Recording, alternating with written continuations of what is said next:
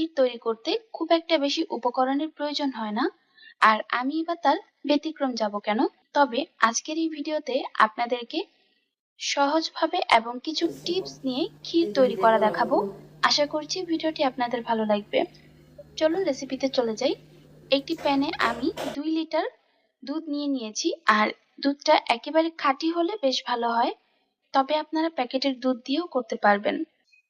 এর সাথে দিয়ে দিচ্ছি হাফ কাপ চিনি, তবে চিনির পরিমাণটা আপনারা চাইলে আরেকটু কমিয়ে দিতে পারেন, অথবা আপনাদের টেস্ট অনুযায়ী।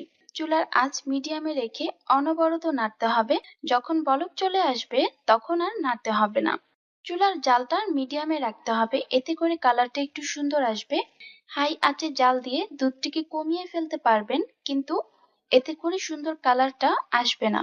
2 লিটার দুধ জাল দিতে প্রায় 1 থেকে 1.5 ঘন্টা বা 2 ঘন্টার মতো টাইম লাগবে। এর মাঝখানে যদি সর জমে যায় সেগুলোকে এভাবে ভেঙে দিতে পারেন, এতে করে ক্ষীরটা খেতে অনেক টেস্টি হবে।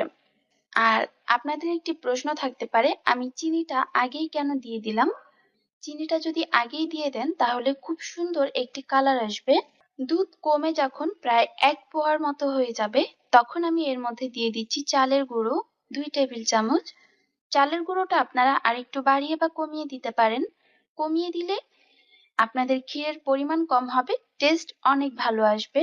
আর যদি বাড়িয়ে দেন তাহলে বুঝতেই পারছেন, টেস্টটা একটু খারাপ হলেও ক্ষীরের পরিমাণ বেড়ে যাবে। আমি এখানে চালের গুঁড়ো দিয়েছি, আপনারা আতপ চালের গুঁড়ো দিবেন অথবা পোলাও চালের গুঁড়ো দিবেন। আবার অনেকে ময়দা দিয়ে থাকেন, সেটাও দিতে পারেন, তবে টেস্ট ভালো হয় আতপ চালের গুঁড়ো দিয়ে। যেটাই দেন আপনারা এইভাবে পানির সাথে মিক্সড করে দিবেন, এতে করে দলা পাকিয়ে যাবার সম্ভাবনা থাকবে না। এই ক্ষীরের মধ্যে কখনোই লবণ দিতে যাবেন না, তাহলে অনেক লবণ হয়ে যাবে। এরপর শুধু নাড়তে হবে, এতে করে আপনার হাত ব্যথা হয়ে যেতে পারে। তো কিছুই করার নেই, একটু মজা করে খাওয়ার জন্য কষ্ট তো করতেই হবে, তাই না? কথা বলতে বলতে এখানে ক্ষীরটি তৈরি হয়ে গিয়েছে, বেশ ঘন হয়ে গিয়েছে। আপনারা দেখতেই পারছেন আমি এখানে কতটা ঘন করে তৈরি করেছি। আপনারা চাইলে আরো একটু পাতলা করতে পারেন, কিন্তু অথেন্টিক যে ক্ষীর সেটা কিন্তু একটু ঘনই থাকে।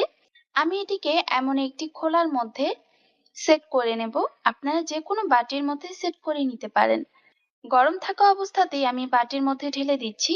ঠান্ডা হয়ে গেলে কিন্তু এটি কিছুটা জমে যাবে।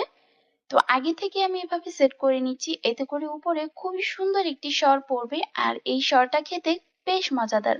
তো আমি ফিরে আসছি ঠান্ডা হয়ে যাবার পর। এটিকে আমি ফ্রিজে রেখে দেব প্রায় 6 থেকে 7 ঘন্টার জন্য। দেখতেই পারছেন এখানে বেশ ঠান্ডা এবং জমে গিয়েছে। আমি আপনাদের একটু দেখাচ্ছি এটা কতটা অসাধারণ একটি ক্ষীর তৈরি হয়েছে। তো আশা করছি আপনারা বাসায় ট্রাই করবেন, আর আমি যে টিপস গুলো দিয়েছি সেগুলো ফলো করবেন এবং ইনগ্রেডিয়েন্টস গুলো হুবহু ফলো করবেন।